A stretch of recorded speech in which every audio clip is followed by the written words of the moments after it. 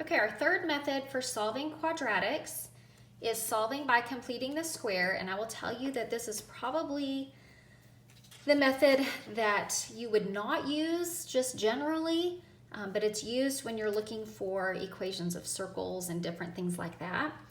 But when we complete the square, generally you use when you cannot factor.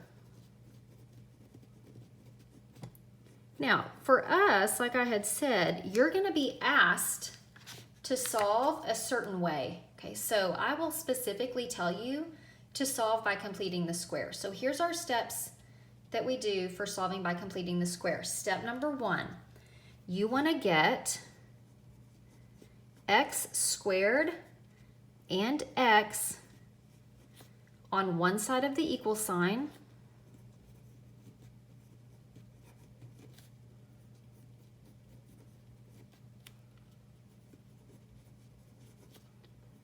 and your constant, just your number without an x, on the other.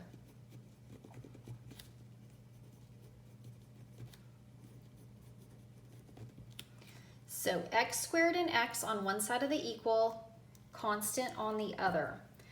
Once you do that, you're going to half the linear, and when I say linear, I'm talking x. So you're going to half the linear coefficient and square it. Half the linear coefficient and square it.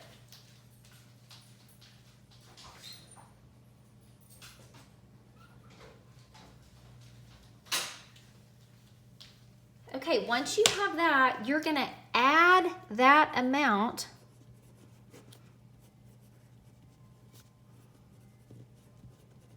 and it's always add to both sides. Add that amount to both sides. Okay, step 4, after we add that amount to both sides, we're going to factor. And when you factor, you're going to end up with a perfect square trinomial.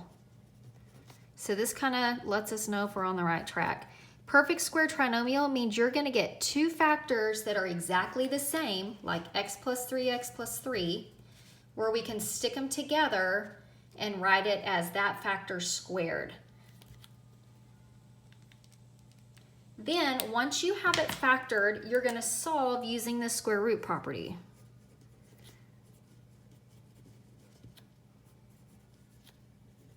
Okay, so if you cannot do the square root property, what we just did on the page before, you're going to struggle with this. But at the same time, if you need some more examples, this will help you as well. So solve using the square root property.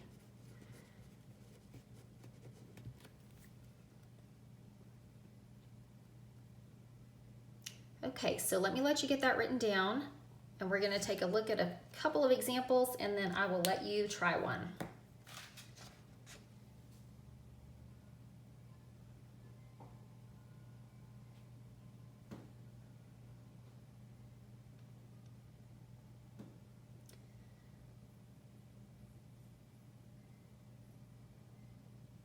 Okay, example 3, solve each equation by completing the square. It gives us x squared minus 4x equals -3. If you look back up at your steps at the top of the page, step 1 is to get x squared and x on one side of the equal sign. Now, one thing, I don't think that you will see this, but just in case, you might add back up here in your notes to make sure that x squared is positive. So if you have a negative x squared, or if x squared, if you have to move it, you don't want to move it to where it becomes negative. So be sure that x squared stays positive.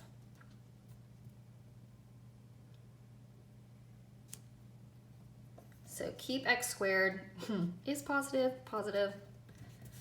Okay, so look down here. Step number 1. I have x squared minus 4x equals negative 3. I already have my x squared and my x term on the left side of the equal and my number on the right. So step 1's taken care of. Step 2 says to take half of the linear coefficient on x, so the coefficient on x, and square it. So I'm going to rewrite x squared minus 4x, skip a little bit of space and set it equal to negative 3. So this is step 2. X squared minus 4x, skip a little bit of space and set it equal to negative 3. And in that space, we're going to add something to both sides and square it. Okay, in step 2, I'm taking half of the linear coefficient. Well, my coefficient on x is negative 4. So I'm inside these parentheses going to take that negative 4 and I'm going to cut it in half, which means divided by 2. Step 3, I'm doing in the same part right here. So step 3 says to add this amount to both sides. So I took half of my linear term right here. I'm squaring it and I'm going to add that to both sides. Okay, so let's clean that up a little bit. And when we do that, we should end up, once we get to step 4, able to factor. So x squared minus 4x, if you take negative 4 and divide it by 2, you get negative 2. It doesn't matter if this number inside these parentheses is negative or positive, because what kind of number do you get when you square it?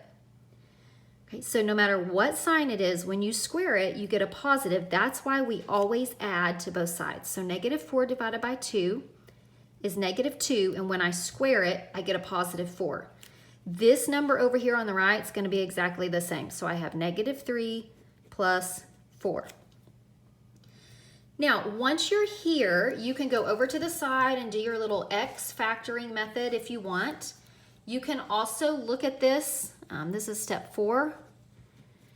And let's just kind of try to think through it for a minute, and then I'll show you what's going to happen every single time. So once we're here, if I was going to factor this trinomial into 2 binomials, remember a binomial has 2 terms. To get x squared, I'm going to have x and x. Then I need 2 numbers that multiply to give me a positive 4. So either 4 times 1, 2 times 2, and add to give me a negative 4. So if when I multiply, I have to get positive, my signs have to be the same. To get me a negative when I add, they have to both be minus. 2 and 2. So then you'll see I have x minus 2 twice, so I can put that together as x minus 2 squared. Then on the right-hand side, negative 3 plus 4 is 1, and I have 1.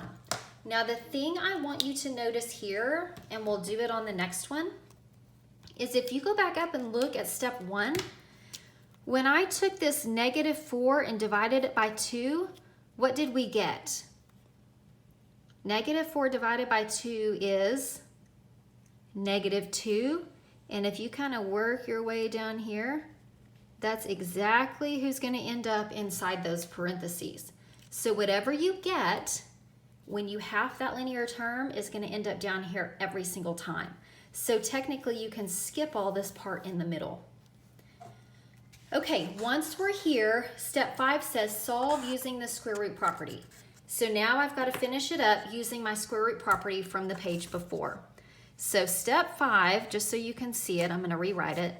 X minus 2 squared equals 1. I already have my square all alone on the left and my number on the right. So all I have to do is square root both sides. Okay, don't write this term out twice and start foiling it. Square root it because we're trying to solve for x. So I have x minus 2 equals, don't forget your positive and negative on the right-hand side. And the square root of 1 is 1. So this will be a good example for you to see what happens if you can actually take that radical. Okay, almost done. I have x minus 2 equals plus or minus 1. I'm going to add 2 to both sides to get x alone. And just like before, you never add it to this number. You always add it in front of this plus or minus. So I have x equals 2 plus or minus 1. Now before, this number over here on the right had a radical, so I couldn't do anything with it. But since this doesn't, since they're both whole numbers, I can actually put these together. So one solution is 2 plus 1, which gives me 3. The other solution is 2 minus 1, which gives me 1. So you can't just add the 2 to the 1 and get plus or minus 3, because you'll see that's not your answer. You have to put that number in front of that plus or minus and then simplify it down if you can. Okay, so let me give you a couple minutes to write that down.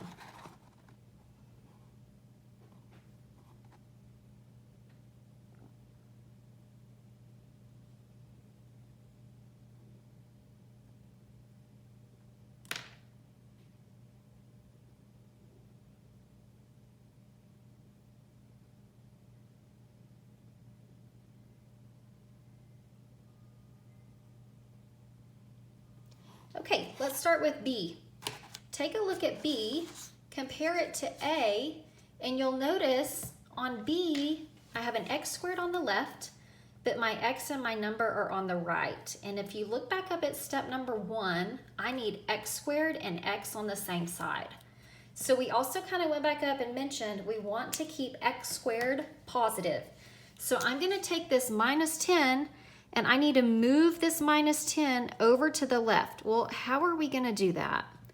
To move that minus 10 over to the left, I'm going to add 10x to both sides. So add 10x to both sides.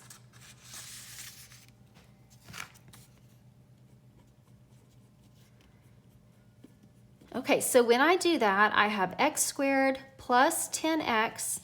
Leave yourself some space, and it's equal to positive 20.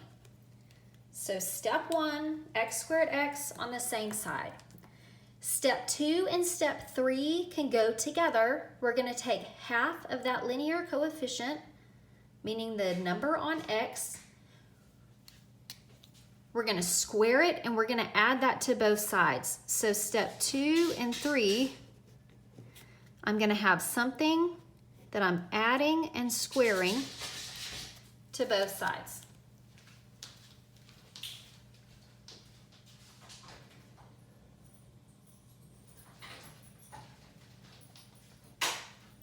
Okay, so in these parentheses, that will be a positive 10 that I'm cutting in half. I'm putting it on both sides. The 10 is coming from that x term.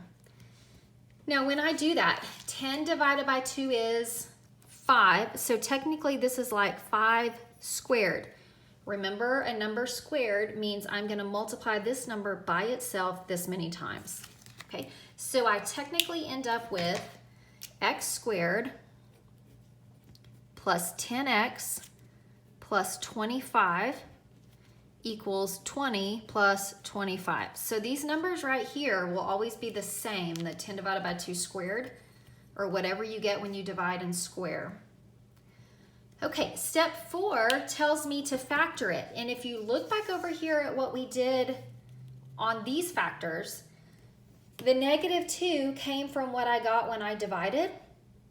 Okay, so from up here. So if you look over here on part B, when I divided, I got a positive 5 this time, not a negative. So on step 4, when I factor it, I'm going to have a perfect binomial. It creates a perfect square trinomial, factors to this number that I got when I halved it, goes right there. So that saves you time from having to go through and actually factor it the long way by hand.